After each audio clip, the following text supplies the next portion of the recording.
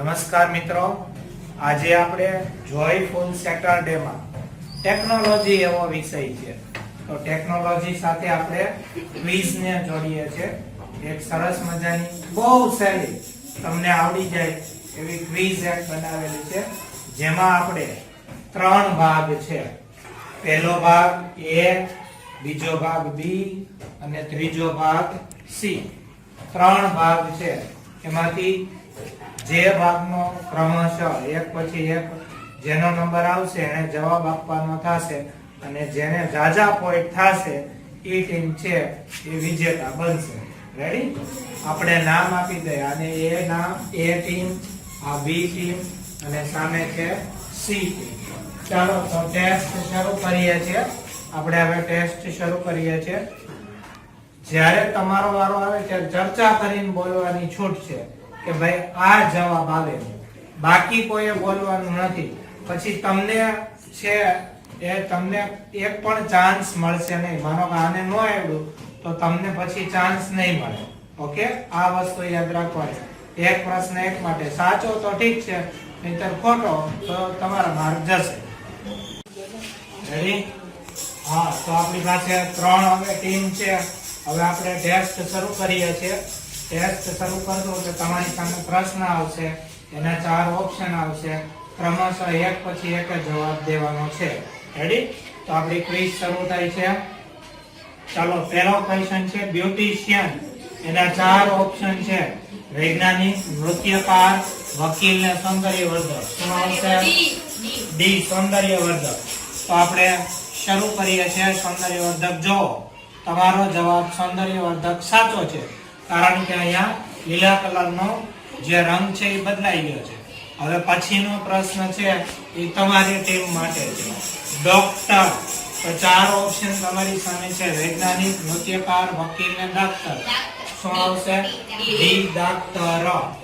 ચાલો, તો આપણે જોઈએ છે. ચાલો, ત્રીજો પ્રશ્ન સી માટે છે: બનવું. અને અંગ્રેજીમાં શું કહેવાશે? C, become. ચાલો, સી બીકમ જોઈએ છે. આપણો જવાબ સાચો છે. ફરીથી તમારા માટે આવે છે ડાન્સર. ગુજરાતીમાં શું કહેવાય? બી, નૃત્યકાર. તો ચાલો, બી, નૃત્યકાર ઉપર ટીક કરીએ છીએ. તમારો જવાબ પણ સાચો છે. ચાલો, નેક્સ્ટ ક્વેશ્ચન તમારા માટે આવે છે વિશાળ. એને અંગ્રેજીમાં શું કહેવાય? D, use. તો ચેક કરીએ છીએ. D, use. તમારો જવાબ સાચો છે. સી, તમારા માટે પ્રશ્ન આવે છે કોઈ. D, someone. ચાલો, ડી, સમવન. તમારો જવાબ સાચો છે. સરસ, વેરી ગુડ. ચાલો, તમારા માટે આવે છે સાયન્ટિસ્ટ. શું કહેવાય છે? વૈજ્ઞાનિક. તો આપણે વૈજ્ઞાનિકો પર ટીક કરીએ અને નેક્સ્ટ પ્રશ્ન તરફ જઈએ. ચાલો, તો તમારો જવાબ તમારા માટે આવશે લોયર. સી. ચાલો, સી, વકીલ. સાચો જવાબ છે. નેક્સ્ટ ક્વેશ્ચન તમારા માટે આવે છે વેલી. શું કહેવાશે? ખીણ. ચાલો, ખીણ. નેક્સ્ટ ક્વેશ્ચન માં તમારા માટે છેલ્લો પ્રશ્ન: ફુવારાઓ. એને શું કહેવાશે? એ ફાઉન્ટેન્સ. ચાલો, એ ફાઉન્ટેન્સ સાચો જવાબ છે. હવે તમારો છેલ્લો ભાગ 11મો તમારા માટે બી, માઉન્ટેન. ચાલો, માઉન્ટેન ઉપર ક્લિક કરીએ છીએ. માઉન્ટેન સાચો જવાબ છે. સરસ, વેરી ગુડ. તમારા બધાને 11 માંથી 11 માર્ક આવે છે. બધા માટે શરૂ.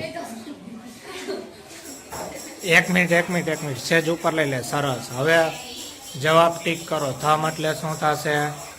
સરસ, વેરી ગુડ. હાલો, બીજો પ્રશ્ન જોવો. ડાબુ તો લેફ્ટ. આગળ વધો. ત્રીજો પ્રશ્ન નોસિલ, નસકોરો. ચાલો, ત્રીજું તો થર્ડ. સરસ, વેરી ગુડ. શ્વાસ લેવા માટે બ્રેથ. સરસ, વેરી ગુડ.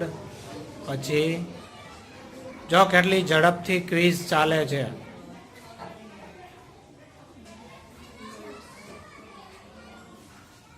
સરસ, વેરી ગુડ.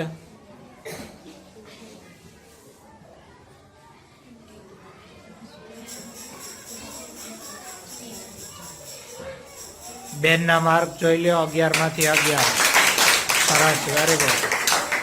ચાલો બીજા કોઈ સ્ટાર્ટ અગેન કરશો એટલે શરૂ થઈ જાય. આવી જાઓ બેન. સ્ટાર્ટ અગેન ઉપર ક્લિક કરવાનું.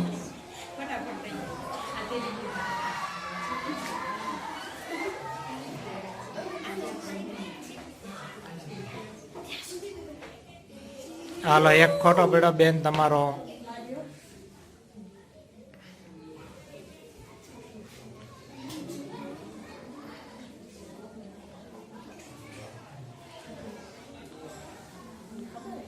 તમારે વિચારવા માટે તમારી પાસે 60 સેકન્ડ હોય છે. શાંતિથી વિચારીને પછી જવાબ આપવો.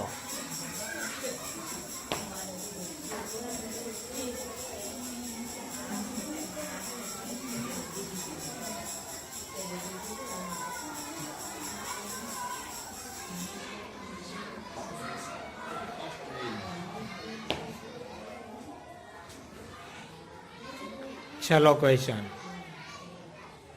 એક ખોટો પડ્યો તો બેન તમારો. તમારે 10 આવ્યા. હાલો, હવે કોઈ છે જેને આવવું હોય?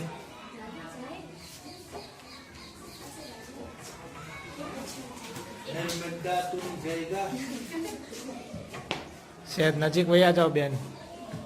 રેડી.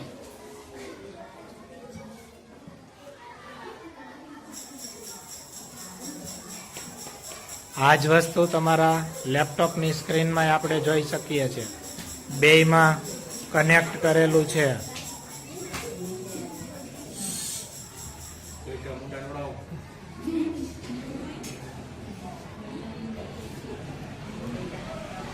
ઝડપથી પ્રશ્ન હાલે છે.